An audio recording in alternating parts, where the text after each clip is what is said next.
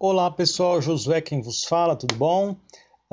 Esse é o nosso último vídeo e nosso último bate-papo de 2017. Hoje eu queria falar mais um pouquinho sobre aquilo que a gente conversou na semana passada, sobre o Brasil em 2018. A gente falou sobre diversos temas, falamos de eleição, enfim, mas eu queria abordar uma pauta um pouco mais, falar um pouquinho mais sobre um assunto, né? Que é a questão, inclusive, não por acaso eu coloquei essa foto meio nublado, porque é assim que eu imagino que nós vamos estar no ano que vem.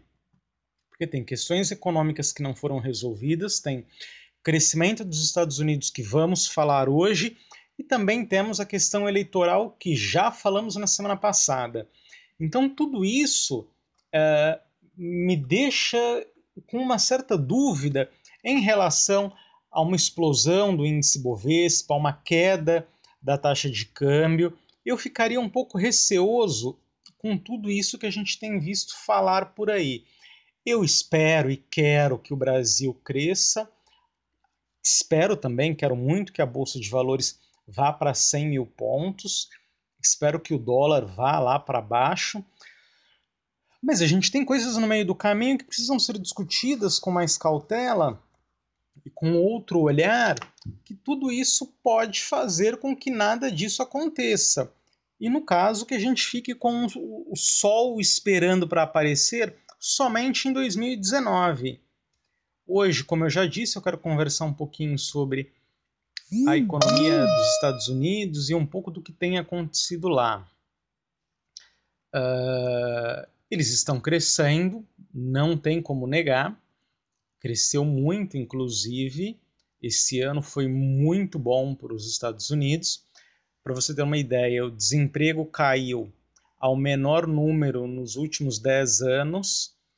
Está em torno de 4,4% a taxa de desemprego.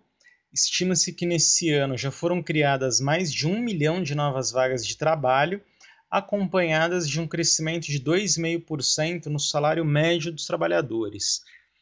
Parte desse desempenho vem dos bons resultados na indústria. A produção industrial cresceu 4,7% no segundo trimestre, o melhor resultado do setor desde 2014. Ou seja, cresceu. Não dá para negar, não dá para falar que não gosta do Donald Trump, não tem como negar que ele está sendo um fenômeno e que a economia norte-americana cresce como não crescia há muito tempo, que esse governo tem sido bom. Ponto. Pode gostar dele, pode não gostar, mas a economia lá está caminhando, ele está fazendo o país dele crescer e isso traz sim sérias influências para nós aqui no Brasil. Boas ou ruins, depende do ponto de vista. Por exemplo, a elevação da taxa de juros. O Fed aumentou a taxa de juros pela terceira vez no ano. Atualmente ela está entre 1,25% e 1,5%. A taxa de desemprego também, como eu já disse, está baixíssima, próximo do pleno emprego, e com uma inflação abaixo de 2%. Então, o que isso significa para a gente? Cada vez que os Estados Unidos aumentam sua taxa de juros, todos os países podem sentir algum impacto. Porém, os emergentes, no nosso caso, sofrem mais por conta da fuga de capitais. Ou o que seria essa fuga de capitais? Seria o flight quality, que seria a fuga para a qualidade.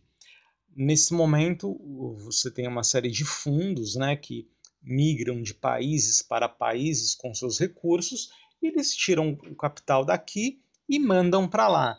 Mesmo aqui a gente tendo uma taxa de juros em torno de 7%, lá pagando em torno de 1,25% a 1,5%, ainda é mais vantajoso. Por quê? Porque eles têm risco zero. E o que isso significa, o risco zero? O risco zero significa que a pessoa que mandou o fundo, a corporação que aportou seu capital nos títulos norte-americanos, a chance de tomar um default é praticamente zero. O governo vai honrar essa dívida. E isso faz muita diferença para um grande fundo. Então, e essa fuga de capitais ela acaba trazendo uma outra consequência, que é o dólar, pois ele tende a sofrer algum tipo de valorização nesse meio período agora, porque não dá para você desmontar uma posição em dólar, ou sei lá, desmontar uma posição em real, desmontar uma mega posição em algum ativo em uma semana. Então, os gestores vão desmontando suas posições ao longo do tempo e aí vai mandar esse recurso para lá. E isso tende a elevar o dólar. Por isso, eu não creio que você vai ter uma queda no dólar agora em 2018. Tem essa questão, e aí depois que acaba essa questão da elevação das taxas de juros, que inclusive eu também não tenho certeza se eles vão continuar aumentando ou se vai ter a manutenção da taxa de juros agora em 2018 lá. Fora isso, nós ainda vamos ter aqui as eleições, que geralmente em ano de eleição costuma ser um ano mais conturbado, que eleva a taxa de câmbio e não só eleva, mas deixa ela meio para lá e para cá.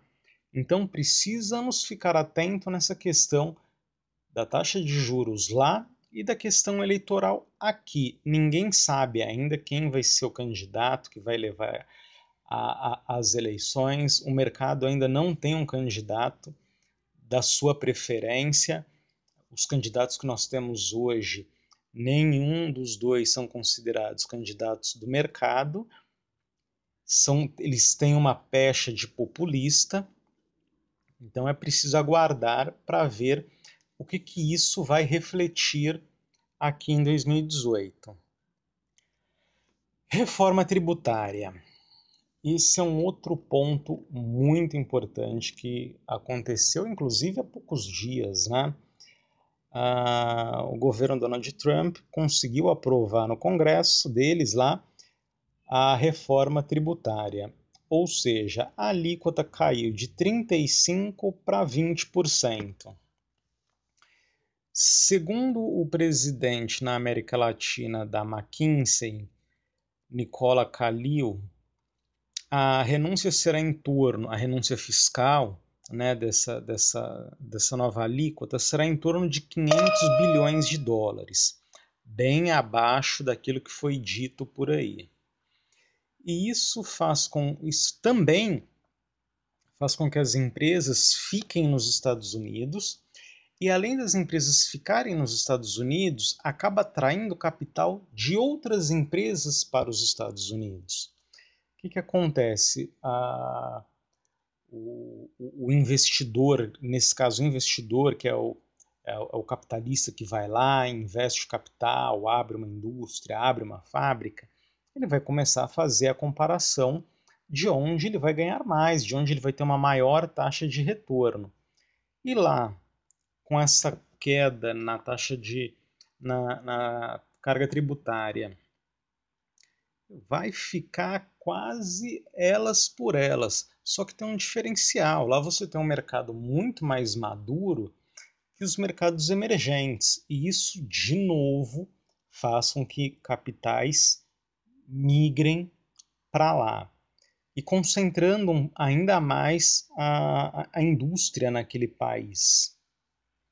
Então a gente precisa ficar atento a tudo isso, porque você olha aqui no Brasil, a gente ainda tem uma supercarga tributária apertadíssima, que onera muito ainda o empresário, e não se tem eu pelo menos não tenho visto nenhuma fala no sentido de desoneração de reforma tributária, de fazer uma reforma tributária mesmo, onde reduza significativamente a carga de impostos. Então, o que a gente precisa fazer agora em 2018? É exatamente isso que eu acabei de falar agora. Tem a reforma da Previdência que está super apertada, ninguém sabe se vai ser aprovada ou não, e isso pode, de certa forma, caso ela não seja aprovada, trazer um desgaste maior ainda, porque em algum momento o Brasil pode sofrer uma nova baixa, né, no seu rating. Caso isso não aconteça em 18, pode acontecer em 19, dependendo de quem ganha as eleições, ou independente de quem ganha as eleições. Tem essa questão. Precisamos também fazer uma reforma tributária que satisfaça o empresário, que realmente reduza o custo de se produzir aqui no Brasil. Caso isso não seja feito, a gente vai estar perdendo mercado, vamos estar perdendo share, e eu fico com muita dúvida se realmente nós vamos conseguir crescer de verdade, se realmente a gente vai conseguir avançar e alcançar todo esse crescimento que eu tenho visto falando nos últimos dias. Volto a dizer, eu sou entusiasta do crescimento e espero que o Brasil cresça agora em 2018. Porém, a gente tem um caminho longo e duro aí pela frente, com diversas variáveis que a gente conversou aqui hoje, conversamos na semana passada, que precisam ser pautadas e precisam ser resolvidas. Bom, é isso aí, pessoal. Feliz ano novo para todos. Até 2018. Um abraço.